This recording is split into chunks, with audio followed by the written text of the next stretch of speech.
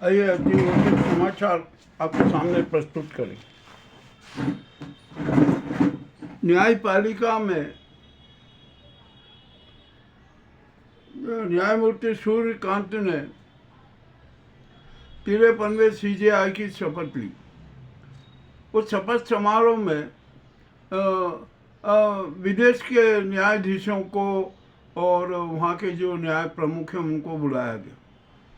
शपथ विधि हो गई, सब कुछ हो गया, अच्छी बात है। जिस प्रकार मोदी जी अपने शपथ में विदेशों से बुलाते हैं ना, इसी तरह सूर्यकांत जी ने भी विदेशों की न्याय विभूतियों को अपने शपथ विधि समारोह का साक्षी बनने हेतु बुला लिया। ठीक है भाई, कोई बुरी बात थोड़ी है, बुलाते ही हैं। अब आइए एक दूसरी और एक बड़ी रोचक घटना की। CJI गवई रिटायर हुए, उनका विदाई समारोह भी हो गया, सेवानिवृत्ति हो गया। तो भारत सरकार ने, ये सब गुजराती गैंग सरकार ने एक चाल चली। BR गवई को ऑफर दिया कि हम आपको किसी प्रदेश का राज्यपाल बनाना चाहते हैं। यह उनके लिए टेस्ट था कि BR गवई बिकते हैं या नहीं, अपने किए हुए वादों से पलटते हैं कि नहीं।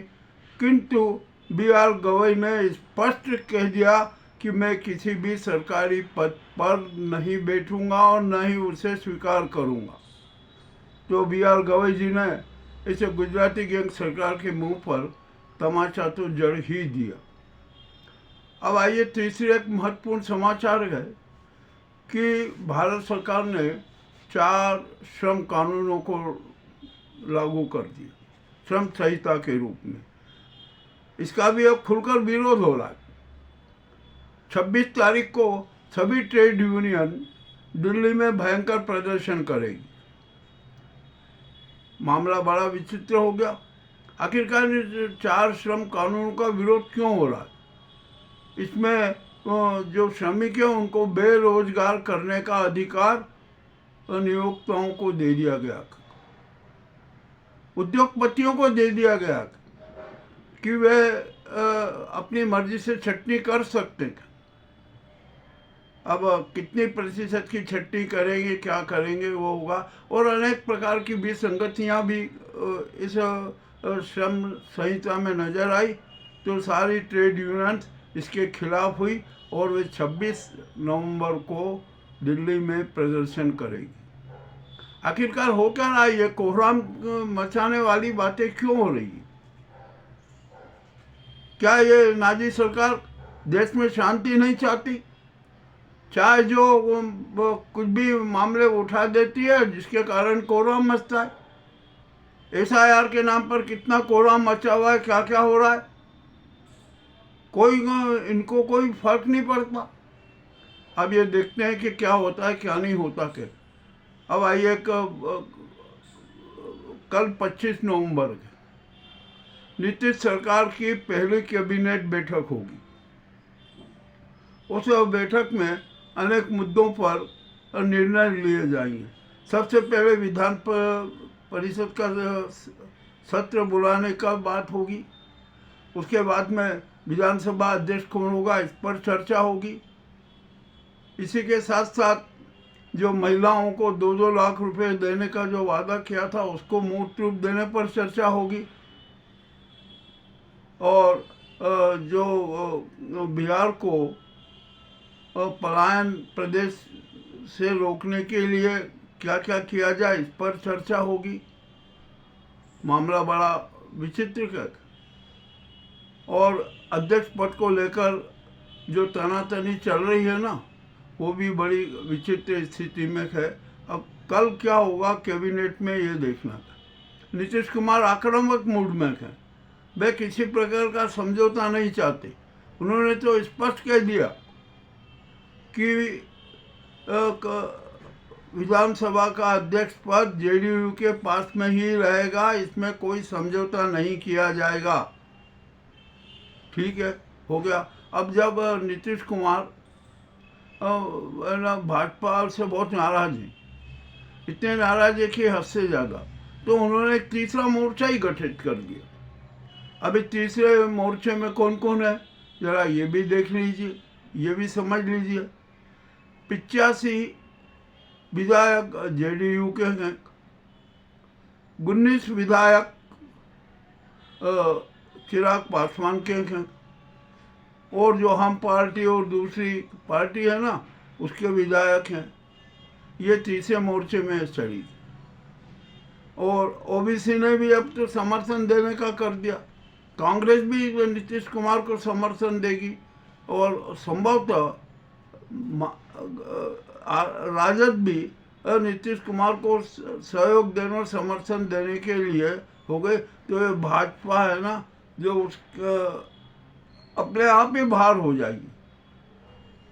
और हो सकता है कि बिहार में फिर से नया मंत्रिमंडल का गठन हो, क्योंकि अब ये वहाँ पर एनडीए की सरकार नहीं रहेगी, राष्ट्रवादी मोर्चे की सरकार बनेगी, जिसका नेतृत्व नीतीश कुमार कर रहे। और इस निर्णय का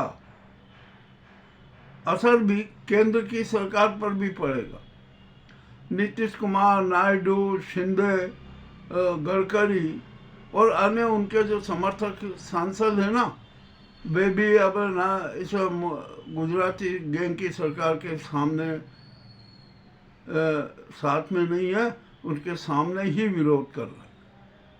जब आप देखते हैं क्या होता है, केंद्र सरकार में कितने लफड़े पड़ेंगे। ये तो जो यूं भी कोई बहुमत तो है नहीं, और इतने सांसद यदि हट जाते हैं तो वो तो अल्पमत में ही हो जाएगी, वहाँ भी पतन हो जाएगा। अब एक बड़ी विचित्र बात है, बंगाल में चुनाव होना, और मोदी जी ने जो हर बार बंगाल में डिफीट खा के आए थे, तो उन्होंने कहा कि अच्छा ठीक है। तो मोदी और अमित शाह ने आदित्यनाथ के सामने आत्मसमर्पण कर दिया। अब जो उनको हटाने की, निकालने की, पद से मुक्त करने की जो राजनीति चल रही थी ना, उस पर अभी फिलहाल विराम लग गया। अब देखते हैं क्या होता है, क्या नहीं होगा। अब योगी, मैं तो योगी नहीं कहता हूँ, ये तो आदित्यनाथ तो बोलता हूँ। ये आदित्यनाथ बंगाल में जाकर धार्मिक भावनाओं को भड़काएंगे, ममता के खिलाफ पूरा जोर शोर से प्रचार करेंगे, क्योंकि मोदी के प्रचार का कोई असर नहीं होता, अमित शाह के प्रचार का कोई असर नहीं होता के। और धर्म के नाम पर, जो हिंदू वोटर्स के नाम पर आदित्यनाथ जरूर जनता को प्रभावित कर लेते हैं। तो इसके लिए मोदी और अमित शाह ने कहा कि नहीं नहीं, आदित्यनाथ को हटाने की बात अपन अभी फिलहाल स्थगित कर दो। बंगाल चुनाव के बाद देखेंगे कि कैसे आदित्यनाथ को हटाना, कैसे उनका उपचार करना। तो अब आदित्यनाथ भी बड़े गदगद हो गए कि अरे अब तो क्या कहें, और वो निकट भविष्य में वो पीएम पद की दावेदारी भी कर देंगे। कर दो भाई, जो करना है कर दो। ये तो पीएम का पद भी है ना हलवा हो गया। जैसे बजट का हलवा बनता है ना, वैसे पीएम पद का भी हलवा बन गया, जो चाहे बैठ जाओ, कोई दिक्कत नहीं। अभी अभी एक विचित्र समाचार आया कि नीतीश बिहार में ही रहेंगे और बिहार सरकार चलाएंगे।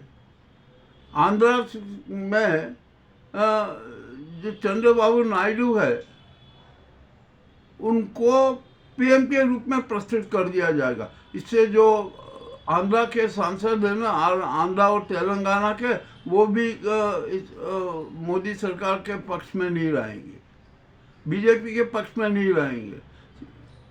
क्या वो रेड्डी हो, ये वो सब है ना, सब ये चंद्रबाबू नायडू के साथ आ जाएंगे। क्योंकि आंध्रा का यदि पीएम बन रहा है तो ये भी अपने आप में बड़ी विचित्र बात होगी।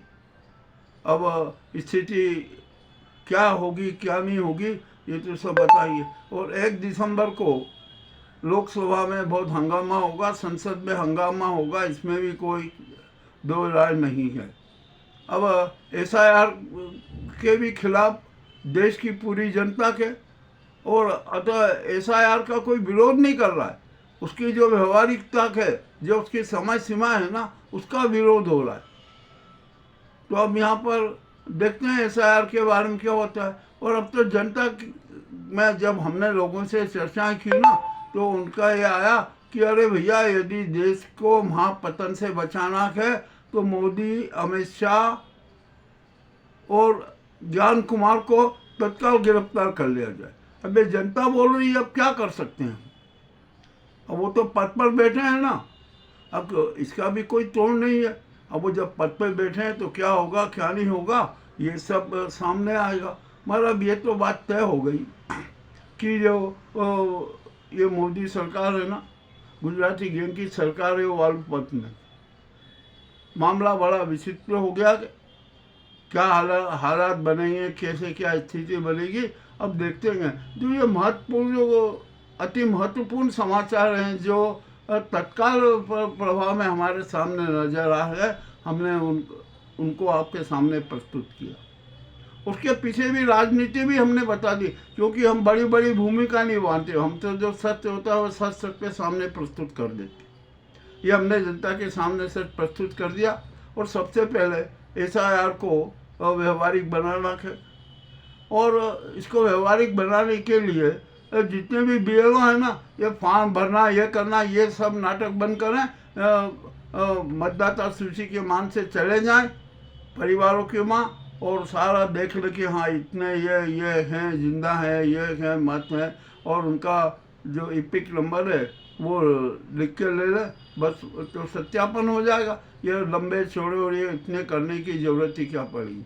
ये कितने BLO ने मौत के मुंह में समा गए, कितनों पे FIR दर्ज कर दी। मेरा ख्याल है लगभग 200-250 BLO पर कानूनी प्रक्रिया शुरू की जा रही है, उनके खिलाफ FIR दर्ज होगी। ये मामला से तो बड़ा विद्रोह हो गया। तो SIR की जो अव्यवहारिक पक्ष है ना, वो सारे समाप्त कर देना चाहिए। ये आज के जो करंट समाचार थे वो आपके सामने हमने प्रस्तुत किए हैं। आपको कैसे लगे हमें अवश्य बताएं। बहुत बहुत धन्यवाद। हाँ, ज़्यादा